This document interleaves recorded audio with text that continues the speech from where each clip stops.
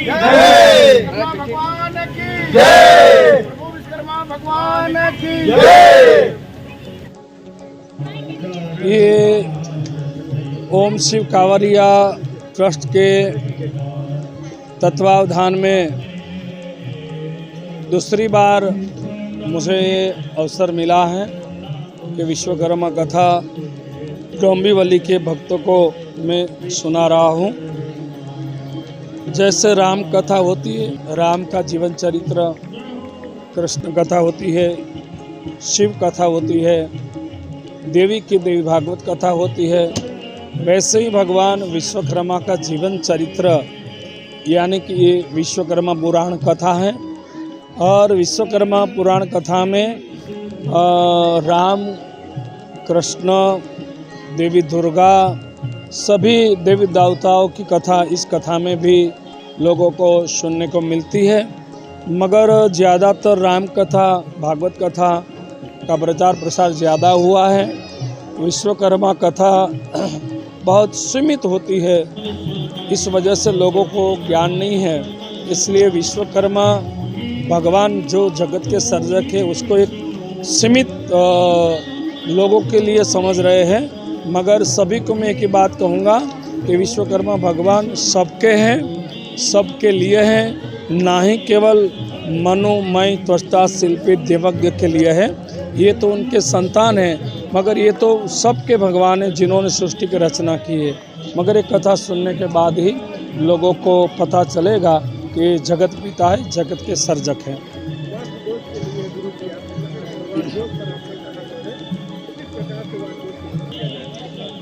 हाँ, वास्तु की चर्चा आज हमने कथा में किया। तो वास्तु पुरुष जो है, नमस्ते वास्तु पुरुष भूतशय्या विरत प्रभो मदगृहे धन धान्यादि समृद्धिम कुरु सर्वदा। वास्तु के लिए कहा गया है कि जिस घर में वास्तु की पूजा होती है वहाँ सुख समृद्धि रहती है। तो वास्तु जो है भगवान विश्वकर्मा का मानस पुत्र है और भगवान विश्वकर्मा ने ही वास्तु को वास्तुशास्त्र बढ़ाया है। ज्योतिष, आयुर्वेद और विज्ञान, ये तीनों का समन्वय ही वास्तुशास्त्र है। और शॉर्ट में मैं बताऊं तो वास्तुशास्त्र यानी जीवन जीने का तरीका, कि हमें जीवन कैसे जीना चाहिए, कैसे खाना, कैसे पीना, कैसे रहना, कैसे कपड़े पहनना, कैसा हमारा श्रृंगार, कैसा हमारा आवास निवास, कैसा हमारा मंदिर, वो सब चीज़ें वास्तुशास्त्र से ही है।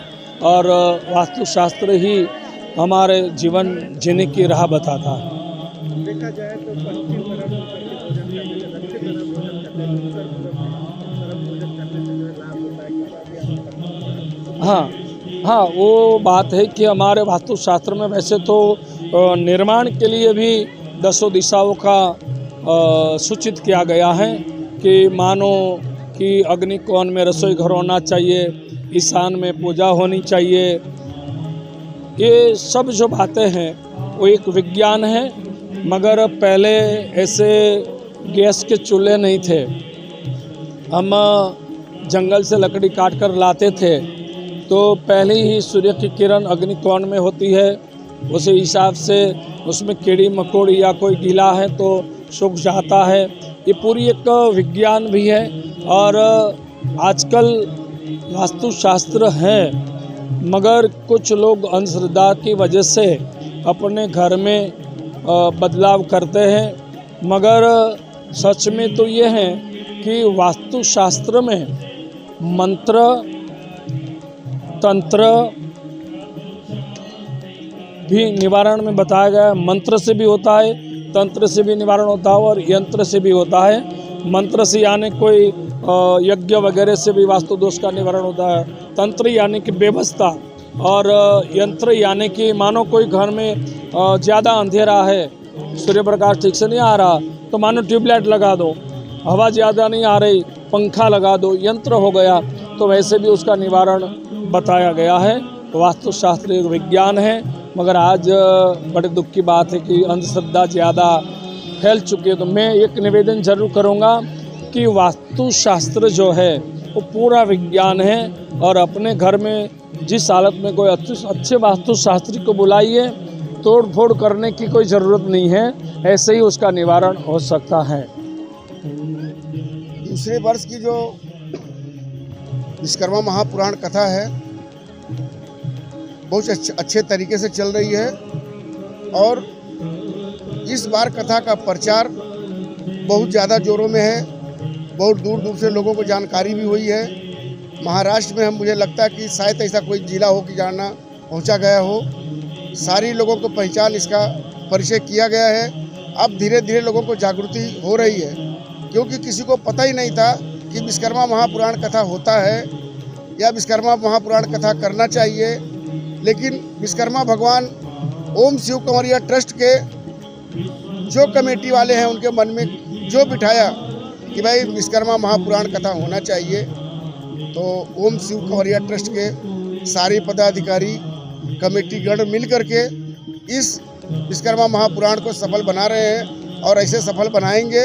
और हमारा यही सबसे हमारे कार्यकर्ताओं और कमेटी के लोगों से भी यही हमारा अनुरोध रहेगा कि सब लोग मिल के इसको इसी तरीक़ा से जैसे सब कुछ चलता है, हमारा घर चलता है, हमारा गांव के लोगों हम लोग चलाते हैं, इसी तरीक़ा से दुख सुख करके अपने को इस कथा को हमेशा सदा चलाते रहें, इसको बंद ना होने दें। हमारे जो यंग लोग हैं, यंग लोगों से हमें ज़्यादा अनुरोध है, विनती है, क्योंकि हम कितना दिन चलेंगे, लेकिन जो हमारे यंग लोग हैं उनसे हमारा विनती है कि आप लोग आगे आइए और विश्वकर्मा महापुराण कथा को समझिए और आगे लेके चलने की कोशिश कीजिए।